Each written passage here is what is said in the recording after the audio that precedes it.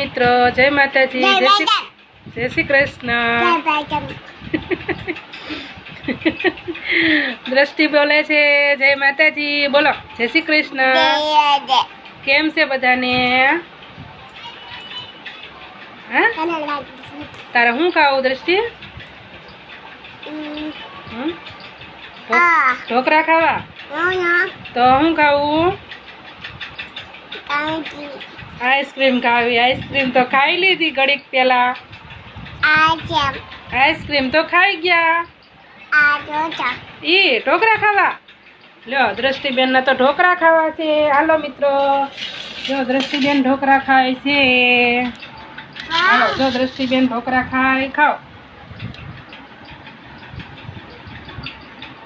હાલો ખાવા કે? હાલો ઢોકળા ખાવા. હાલો